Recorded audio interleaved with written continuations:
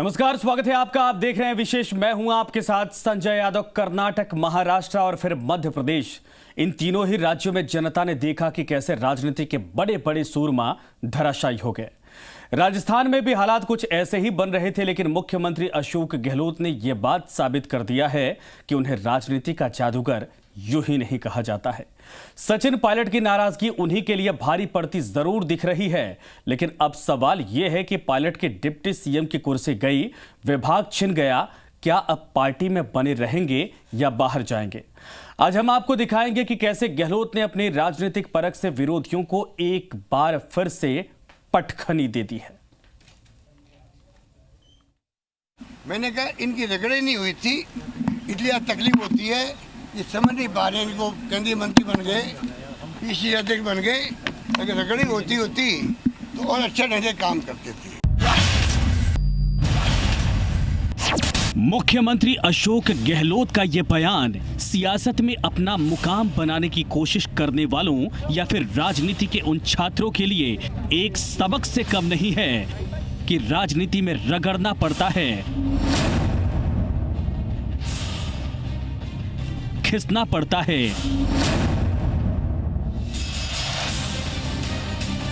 पसीने को माथे पर चमकता हुआ मुकुट बनाना पड़ता है और तब जाकर वो सियासत के आसमान में अपना परचम लहरा सकते हैं।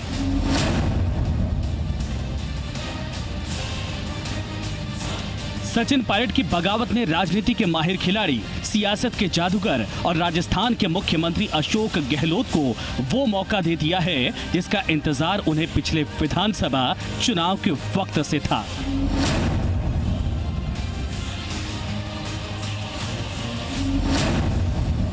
सूझबूझ में पकी गहलोत की राजनीति। सचिन पायलट अब न तो राजस्थान कांग्रेस के अध्यक्ष हैं और न ही उप मुख्यमंत्री।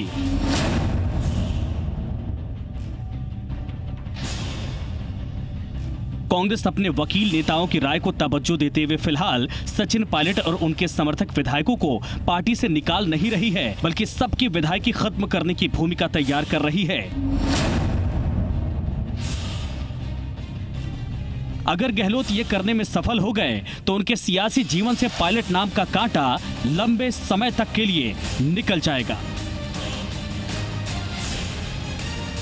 राजस्थान विधानसभा के स्पीकर सीपी जोशी की ओर से बागी नेताओं को नोटिस भेजा जाना उनकी सदस्यता रद्द करने की दिशा में ही काफी सोच समझकर बढ़ाया गया कदम माना जा रहा है। सीएम आवास और होटल में कांग्रेस विधायक दल की बैठक, पायलट के लिए दरवाजे खुले रखना, पद छीनने के बावजूद पार्टी में बनाए रखना, जैसे सभी कदम पार्टी के वरिष्ठ नेता और वरिष्ठ वकील अभिषेक मनु सिंघवी के सलाह के बाद उठाए गए थे। श्री सचिन पायलट जी को, श्री विश्वेंद्र सिंह जी को और मीना जी और श्री रमेश मीना जी को उप मुख्यमंत्री और मंत्री पद के भार से फौरी तौर से मुक्त किया जाता है। 5 कांग्रेस नेताओं गहलोत, रणदीप सुरजेवाला, अजय माकन और अविनाश पांडे और अभिषेक मनु सिंघवी मुख्यमंत्री अशोक गहलोत के बेहद करीबी माने जाते हैं। साथ ही मुख्यमंत्री गहलोत अपने इन दोस्त नेताओं की सलाह को काफी तवज्जो भी देते हैं। लिहाजा सचिन पायलट और उनके समर्थक विधायकों की अयोग्यता का केस बनाने के लिए उन्होंने राजस्थान के दल बदल विरोधी कानून, भारतीय संविधान की 10वीं अनुसूची का इस्तेमाल किया। कैसे पायलट पर भारी पड़ते हैं गहलोत? राजस्थान की राजनीति समझने वाले मानते हैं कि मुख्यमंत्री अशोक गहलोत को हमेशा से अंदाजा था कि सचिन पायलट कभी भी पार्टी के खिलाफ विद्रोह कर सकते हैं। लिहाजा गहलोत लगातार पायलट खेमे के विधायकों के संपर्क में रहे और पायलट के बेहद करीबी समर्थक विधायकों को गहलोत ये विश्वास दिलाने में कामयाब रहे कि उनका भविष्य विद्रोह करने पर खराब हो सकता है और कांग्रेस में रहकर ही वो राजनीति के आसमान में बड़े पक्षी बन सकते हैं। मेरे परिवार की पृष्ठभूमि, मेरा खुद स्वयं का कांग्रेस पार्टी के प्रति निष्ठा, ये मेरे लिए सर्वोपरि है। 40 साल की राजनीति पर बेदाग छवि। अशोक गहलोत देश के उन नेताओं में शुमार हैं जिन्होंने 4 दशक की लंबी राजनीति में भी अपनी छवि को किसी गहरे दाग धब्बे से बचाकर रखने में सफलता पाई है। किसी बड़े विवाद में गहलोत का नाम नहीं आया, जिसके चलते कांग्रेस समेत जनता का एक बड़ा वर्ग, जो भले ही कांग्रेस का समर्थक ना हो मगर निजी तौर पर मुख्यमंत्री अशोक गहलोत को बेहद पसंद करता है। तो गहलोत को सलाहकारों की सलाह मिली कि ये एक तीर से 3 निशाना साधने का मौका है। इससे वो उनकी सरकार गिराने की बीजेपी की कोशिश की संभावना को कम कर सकते हैं, पायलट को बाहर का रास्ता दिखा सकते हैं। पार्टी में उनकी साख बढ़ेगी क्योंकि वो दिखाएंगे कि एक साथ कई मोर्चे पर वो किस तरह लड़ रहे हैं। हमारे यहाँ पर डिप्टी सीएम हो, पीसीसी प्रेसिडेंट हो, वो खुद ही डील करे। अगर मान लो मुझसे वो सफाई दे रहे हैं, नहीं हमारे यहाँ कोई हॉस्टल नहीं हो रही थी। अरे तुम तो खुद ही षड्यंत्र में शामिल थे, तुम क्या सफाई दे रहे हो?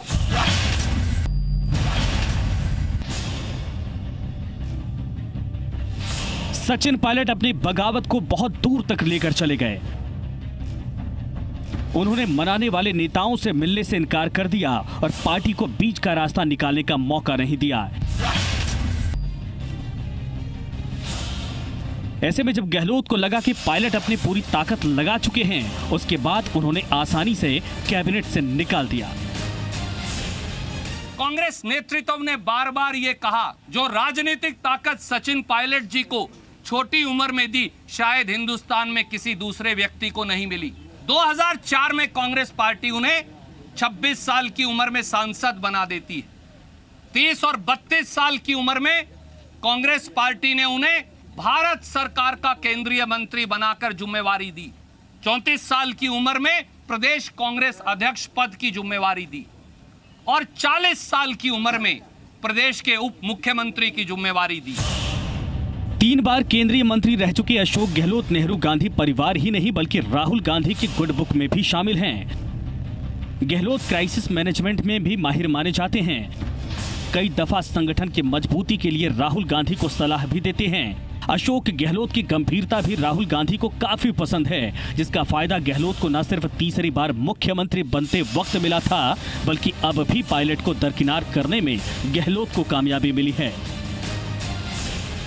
यानी गहलोत ने अपने अनुभव, राजनीतिक संघर्ष से ये साबित कर दिया है कि अभी पायलट को राजनीति में काफी कुछ सीखने की जरूरत है और राजस्थान की राजनीति में सिर्फ वो ही जादूगर हैं।